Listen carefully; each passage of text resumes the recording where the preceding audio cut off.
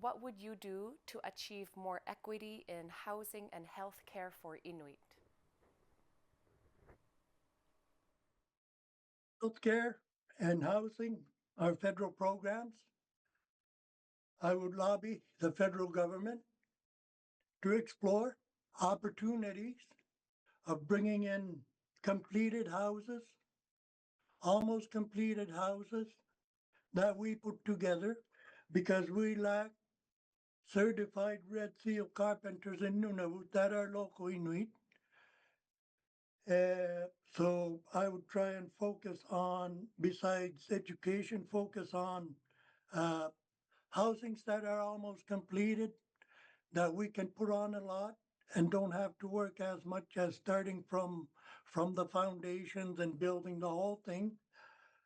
I would look at uh, tiny house, little tiny house communities that don't have their own furnace, that don't have their own water and sewage, but as a tight little suburb that we built in the communities in tiny houses with bigger water and sewage tank houses.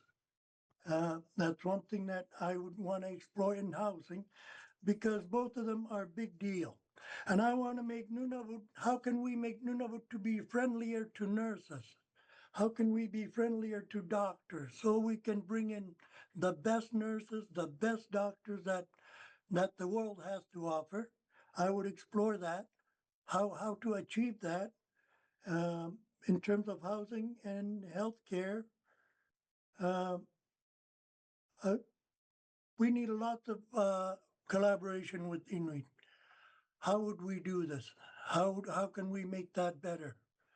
But I would work with the board and others to achieve what's best for Nunavut. There is a growing interest in the North, both militarily and economically. What will you do to protect the interests of Inuit in times of growth and expansion? I want Inuit to be involved in economic growth. I want Inuit to be involved in the military growth. And the thing I've been talking to people when they come to Clyde River is how can we make our military, uh, how can we get a boot camp in Nunavut for young Inuit who haven't completed high school that can go to this boot camp and take high school courses there, get their GED there, but in the meantime, training to be a military. And the education about military, especially drones, we need to take advantage of that. How we can incorporate that into our lives and into our search and rescue. Uh, how can we become drone specialists?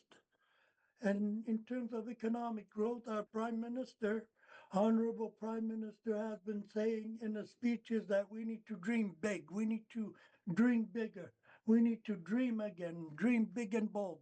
And that's what I want to do. I want to make proposal to the federal government of the economic development opportunity in Nunavut in terms of road building, processing fish plants, scanning Arctic char, dried Arctic char, and Makta for Inuit vacuum packing stations where they hunt narwhal, how to grow, how to do farming, indoor farming for sheep feed, goat feed, mini cows, chicken, all these things that other parts of the world are doing that we are not doing at all in Nunavut. We need to think about these seems basic things for our betterment of our lives because the food costs are very expensive and they're never going to go down because we're living in a capitalist state and we have to take advantage of these things and we have to limit profits of food providers, food carriers to be similar to down south. That's how we can bring our food prices down.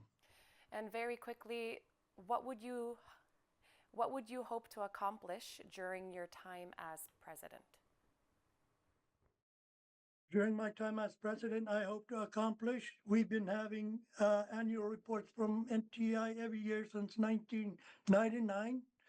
but none of us know what's in there. We don't know what NTI is doing because they don't read the report to anyone. Now we have podcasting. I would podcast every month starting from 1999, reporting to Inuit the annual reports of NTI, including the salaries of elected officials and our development corporation's executive bonuses and salaries. I would Same. report those to Inuit